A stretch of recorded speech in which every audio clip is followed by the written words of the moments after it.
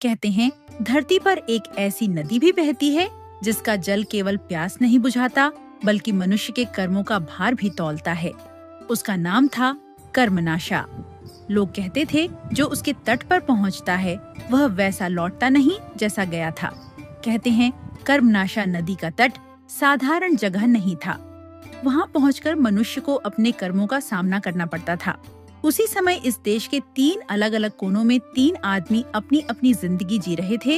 एक मेहनती किसान, एक धनवान सेठ और एक बलवान पहलवान सैनिक। उन्हें अभी यह पता नहीं था कि किस्मत आगे चलकर उन्हें उसी नदी के तट पर मिलाने वाली है। अब आइए बेलापुर चलते हैं, जहाँ एक सीधा सादा मेहनती और ईमानदार किसान रहता था जिसका नाम था गंगाराम। उसके पास ज्यादा जमीन नहीं थी पर मेहनत में कोई कमी नहीं थी। सुबह सूरज के साथ खेत में पहुंच जाना और शाम तक पसीना बहाना ही उसका जीवन था। उसके पास कितना भी कम अनाज क्यों न हो, फिर भी वो अपने गांव के लोगों की मदद कर देता था। पर कुछ समय से बेलापुर गांव की हालत बहुत खराब हो गई थी। कई महीनों से बारिश नहीं हुई थी। खेत सूखने लगे थे और लोगों के चेहरों से उम्मीद धीरे धीरे गायब होती जा रही थी। सुमेर, ये लो, थोड़ा अनाज ले आया हूँ। अभी गांव की हालत बहुत खराब है।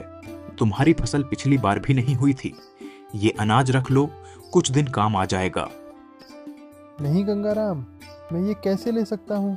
तुम्हारे घर की हालत भी तो हम जैसी ही है। अरे सुमेर, गांव में एक का दुख सबका दुख होता है। आज मेरे पास थोड़ा ज्यादा है, कल तुम्हारे पास होगा तो तुम किसी और की मदद कर देना। तुम सच में बड़े दिल वाले हो गंगाराम। ऐसे समय में भी दूसरों का ख्याल रखते हो। यही तो इंसानियत है। सुमेर, जरूरतमंद को मदद करने में संकोच नहीं करना चाहिए। धन्यवाद गंगाराम। भगवान तुम्हारी मेहनत और भलाई का फल जरूर देंगे। उधर एक पेड़ के नीचे बेलापुर गांव के कुछ लोग गांव के प्रधान के साथ बैठे थे। तभी वहां गंगाराम भी आता है। अरे प्रधान जी, आज चौपाल पर इतनी खामोशी क्यों है? सब लोग इतने चिंतित क्यों बैठे हैं? ऐसी क्या बात हो गई? सबके चेहरे उतरे हुए हैं। क्या बताऊं गंगाराम, इस साल बारिश ने जैसे गांव से मुंह ही मोड़ लिया है। खेत सूख रहे हैं और फसल भी ठीक से नहीं पनपी। बहुत ही खराब समय आ गया है गांव पर। अभी मैं भी अपने खेत से ही आ रहा हूँ। धरती फट गई है। बीज डाले थे पर आधे भी नहीं उगे। बीज खाद सब में पैसे लग गए। अब अगर फसल नहीं हुई तो कर्ज कैसे चुकाएंगे? सही बोल रहे हो घमारू भाई। मेरे खेत का भी हाल कुछ अच्छा नहीं है। इतनी मेहनत की पर आसमान ने साथ ही नहीं दिया। फसल तो लगता है ऊंट के मुंह में जीरा जैसी होगी। पूरे खेत में ईके दुके फसल दिखती है। अगर यही हाल रहा तो आने वाले महीनों में गांव के हालात बहुत कठिन हो जाएंगे। लोगों के घरों में अनाज की कमी हो जाएगी। भूख से मरने की नौबत आ जाएगी। कोई ना कोई रास्ता तो निकालना ही पड़ेगा प्रधान जी। सिर्फ चिंता करने से तो खेत हरे नहीं होंगे। कोई तो हल होगा। कहीं तो कुछ रास्ता निकलेगा जिससे हमेशा के लिए इस मुसीबत से छुटकारा मिले और गांव में फिर से खुशियां आए। तभी पीछे सारी बात सुन रहे गांव के बूढ़े काका बोलते हैं, रास्ता शायद है, मुझे पता है, पर वो कर्मनाशा नदी के उस पार छिपा है। कर्मनाशा नदी के उस पार? वहां ऐसा क्या है जो हमारे गांव की मुसीबत दूर कर सकता है? मेरे पिताजी बताया करते थे, कर्मनाशा के उस पार एक पुराना धाम है। नई किस्म की बहुत सारी फसलों के पेड़ों के बीज है, सोने के खजाने हैं और एक रहस्यमयी अखाड़ा भी। कहते हैं वहां पहुंचने वाला आदमी जो मांगता है मिल जाता है, खाली हाथ नहीं लौटता। पर वहां तक पहुंचना आसान नहीं है। लोग कहते हैं कर्मनाशा हर किसी को पार नहीं करने देती। कुछ लोग तो वापस भी नहीं आ पाए। हाँ, वही तो इसका रहस्य है। जिसके मन में लालच हो, जिसके कर्म भारी हों, उसके लिए नदी का पानी उफनने लगता है। तरह तरह की बाधाएं आती हैं, पर जो दूसरों की भलाई के लिए जाए उसके लिए नदी खुद रास्ता बना देती है। अगर सच में उस पर कोई उम्मीद है तो किसी न किसी को कोशिश करनी ही होगी। गांव में बैठ के तो समस्या का समाधान नहीं होगा। गंगाराम, ये बहुत बड़ा जोखिम है। वहां जाने से कुछ हो गया तो हम तुम्हारे घर पे क्या जवाब देंगे? एक बार फिर से सोच लो। प्रधान जी, मैं अपने लिए नहीं जा रहा। अगर मेरी एक कोशिश से गांव के खेत फिर से हरे हो सकते हैं तो मैं कर्मनाशा पार करने के लिए तैयार हूं। मुझे अपने कर्मों पर भरोसा है। अगर मुझे अपने गांव के लोगों की खुशहाली के लिए कुछ हो भी गया तो मुझे कोई अफसोस नहीं होगा।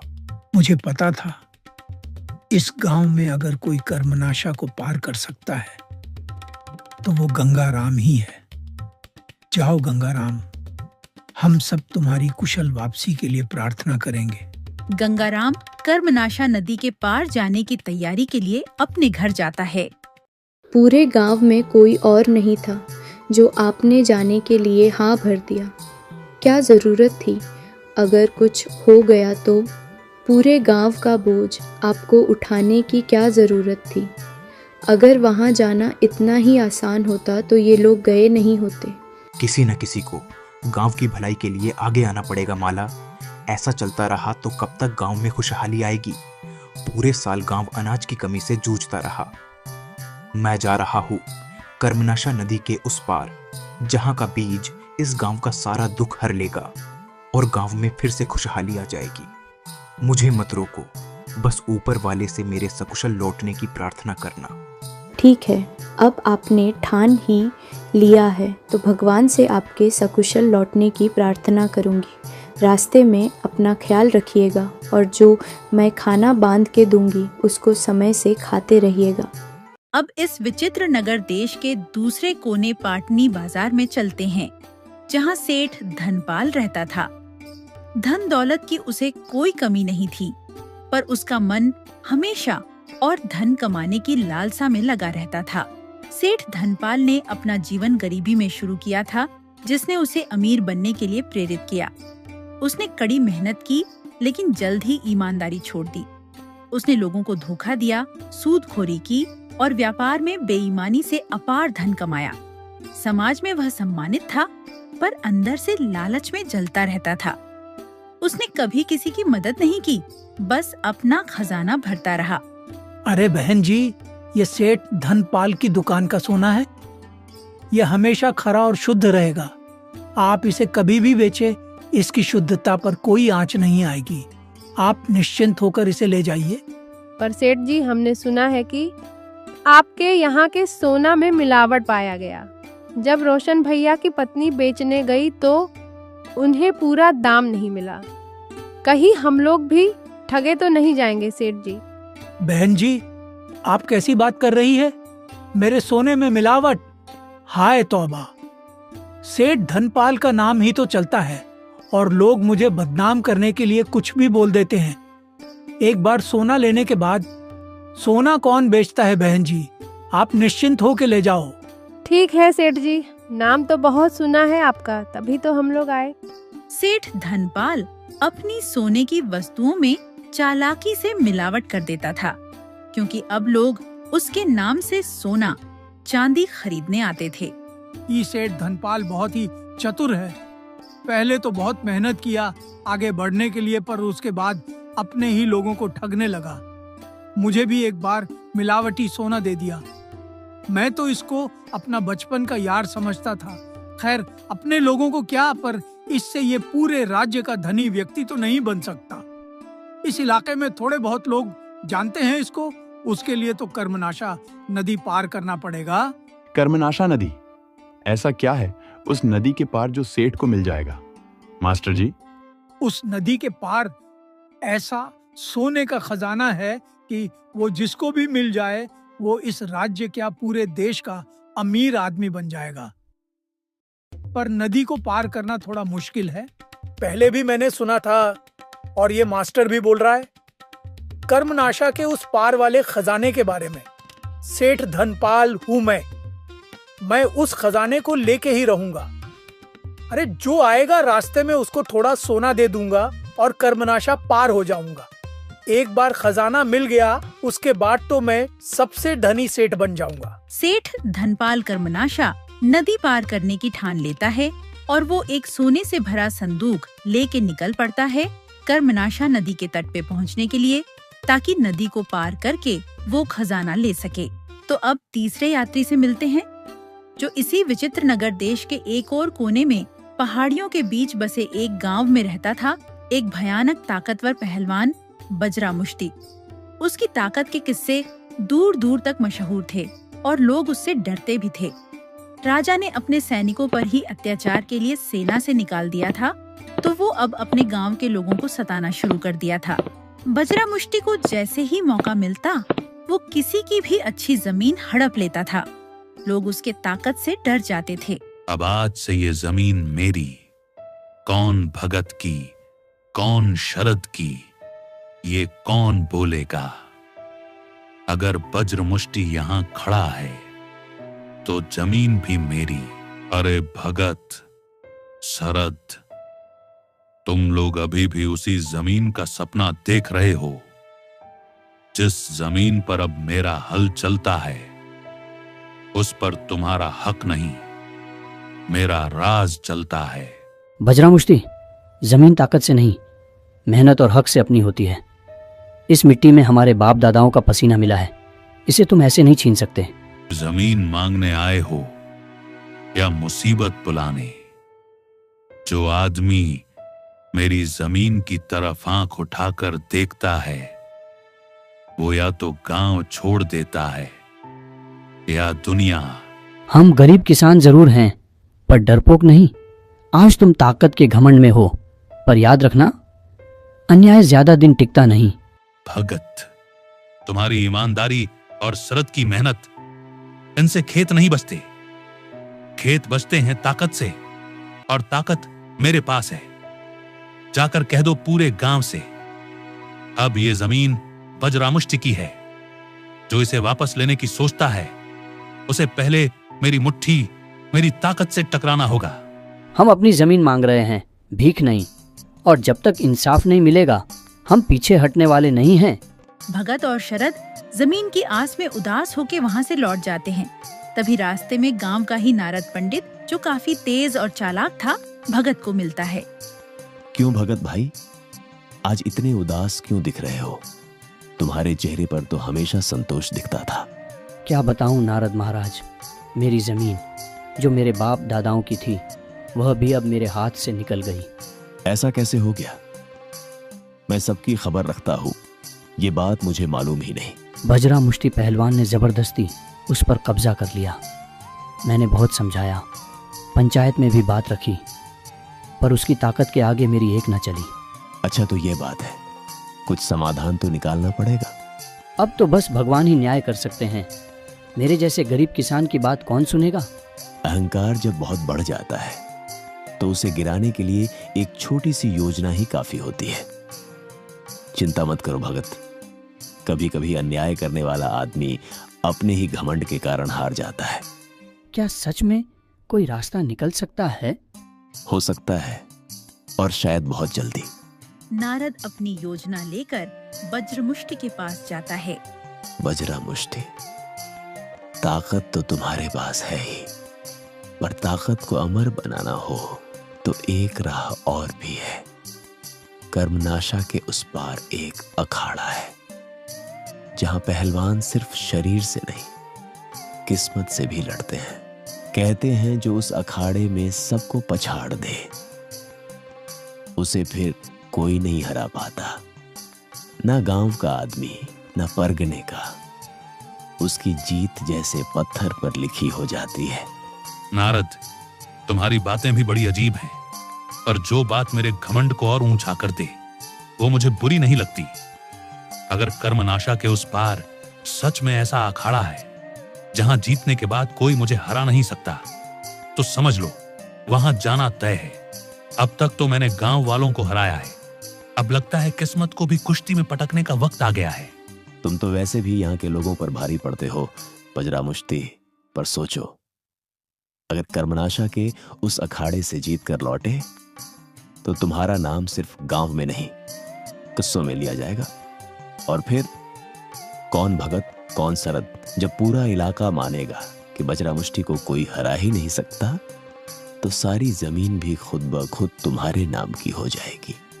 पर नारद, याद रखना, अगर तुम्हारी बात झूठ निकली तो कर्मनाशा का पानी भी तुम्हें नहीं बचा पाएगा।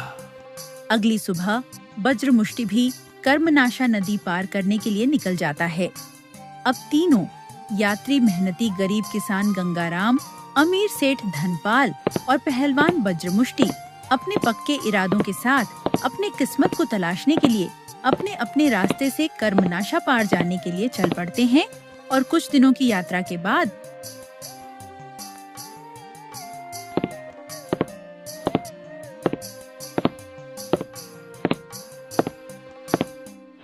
तीनों किस्मत से कर्मनाशा नदी के तट पर एक साथ मिलते हैं। तभी तीनों को नदी के तट पर एक नाव पे बैठा नाविक दिखता है। मैं काल हूँ इस नाव का मालिक। आप लोगों का कर्मनाशा नदी के तट पे स्वागत है। वैसे तो जल्दी यहाँ कोई आता नहीं, पर आप लोग किस लिए आए हैं यहाँ? इस नदी के बारे में सब कुछ पता है ना आप लोगों को? ऐ काल नाम के नाविक, नाव तैयार रख। मुझे अभी इसी वक्त कर्मनाशा के उस पार जाना है। नाविक, सबसे पहले मैं जाऊंगा। मेरी ताकत के आगे ये गरीब किसान और सेठ कुछ भी नहीं है। पहलवान, माना तुम बड़े ताकतवर हो, तुम्हारे गांव में तुम्हारी ताकत की चर्चा भी खूब होगी, पर एक बात याद रखना, ताकत तुम्हारे पास है पर धन मेरे जितना तुम्हारे पास नहीं है। धन की बात मत करो सेठ। वज्र मुष्टि की जहां मुट्ठी चलती है वहां धन अपने आप मेरे कदमों में आ जाता है।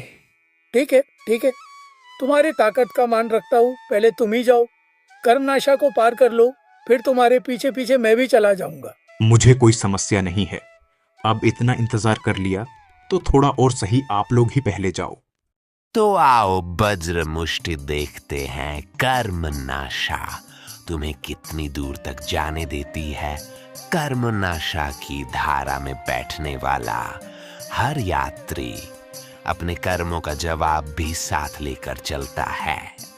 मुझे सबसे ताकतवर पहलवान बनना है।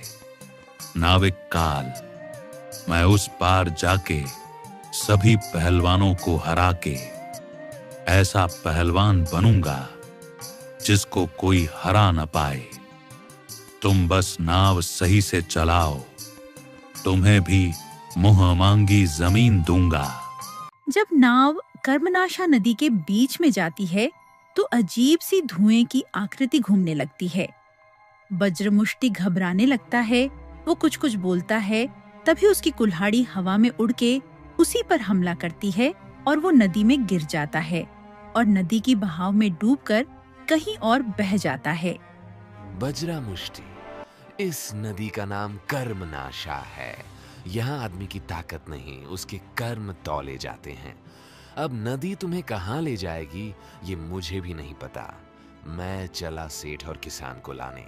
काल भाई, मुझे इस नदी के उस पार जो सोने का खजाना है वहां पहुंचा दो। ये संदूक भी मेरा सोने से भरा है, तुम्हें दे दूंगा। तुम भी हमेशा याद रखोगे सेठ धनपाल को। सेठ धनपाल नाविक काल को लालच दे रहा था। जब उसकी भी नाव नदी के बीच में पहुंची तो सेठ का संदूक थोड़ा सा नाव हिलने से नदी में गिर गया। सेठ लालच में संदूक को नदी में से निकालने के लिए झुका तो उसकी आंखें खुलनी की खुली रह गईं। नदी के अंदर से निकली लोहे की सीकड़ों ने सेठ को जकड़ लिया और नदी में खींच लिया और सेठ नदी के धारा में बह गया। मैं तो एक माध्यम हूँ इस नदी का। इस सेठ के लालच ने इसको भी डुबो दिया। पता नहीं नदी से कहाँ लेके गई। चलता हूँ, अब उस किसान को लाता हूँ। पता नहीं उसकी किस्मत में क्या है। आओ किसान, नाव में बैठ जाओ। अब देखते हैं तुम कहाँ तक जाते हो। क्या नाम है तुम्हारा? गंगाराम नाम है। मेरा बेलापुर गांव से आया हूँ। ऐसे क्यों बोल रहे हो? काल भैया, वो दोनों लोग पहुंच गए ना ठीक से उस पार।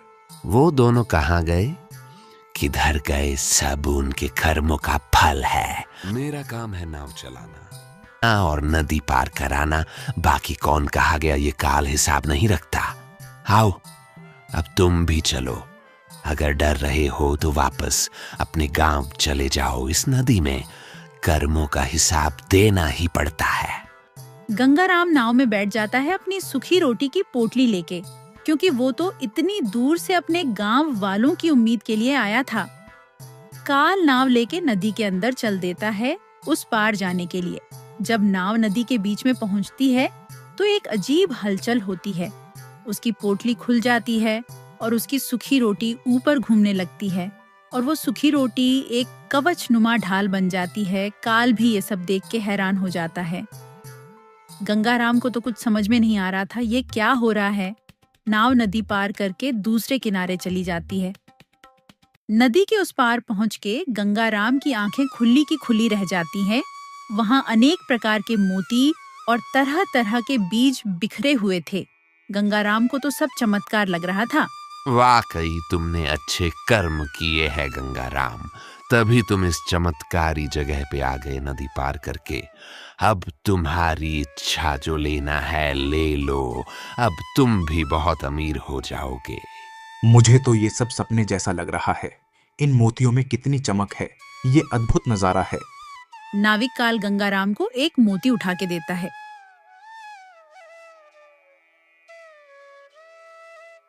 ये लो, ये ऐसा मोती है जो तुम्हें हमेशा अमीर बना के रखेगा।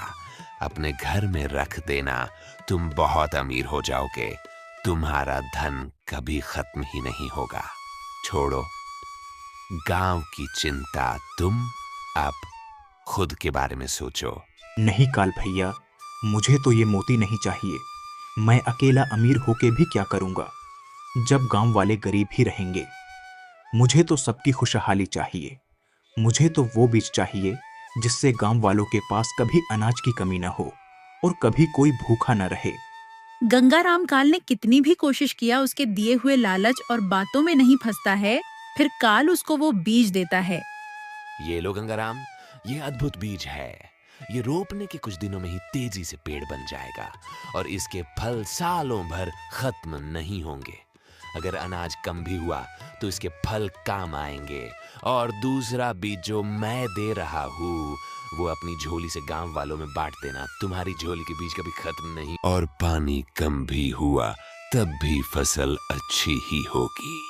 गंगाराम काल के दिए हुए बीज एक छोटी सी पोटली में रख के नाव में बैठ जाता है और काल उसको कर्मनाशा नदी के दूसरे तट पर लेके आ जाता है जहाँ गंगाराम नाव पे चढ़ा था। फिर काल उसको बोलता है, तुम अद्भुत हो गंगाराम।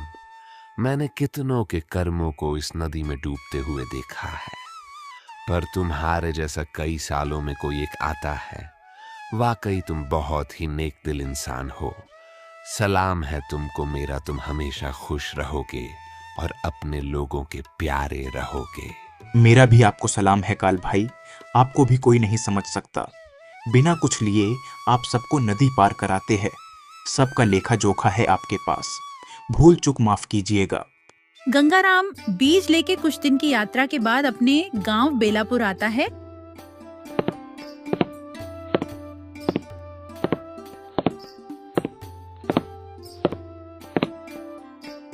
और गांव वालों को जब सारी बात बताता है तो वो हैरान हो जाते हैं। उनको अभी भी भरोसा नहीं हो रहा था कि गंगाराम कर्मनाशा नदी पार करके बीज लेके वापस आ गया और जल्दी से गंगाराम के लाए फल वाले बीज को जमीन में एक जगह खुदाई करके रोपते हैं। कुछ दिनों में एक छोटा सा पौधा और फिर एक पेड़ जो फलों से भर जाता है। अब तो गांव वालों का खुशी का ठिकाना नहीं था। इसके मीठे फल कितने भी खाइए, अब ये खत्म नहीं होने वाला। गंगाराम ने निस्वार्थ मोतियों की जगह अपने गांव की भलाई के लिए बीज चुना और आज उसका फल सब लोग खा रहे हैं और खेत भी लहलहाने लगे। गंगाराम भले ही साधारण किसान रहा, पर उसके कर्मों के फल ने बेलापुर गांव में खुशहाली ला दी और वो अपने गांव में अब संत किसान गंगाराम के नाम से मशहूर हो गया। इसलिए नेक कर्म करते रहिए, क्योंकि कर्मों का फल देर सबेर मिलता ही है। और भी रोचक कहानियों के लिए इस चैनल को लाइक, शेयर और सब्सक्राइब जरूर करें। नमस्कार।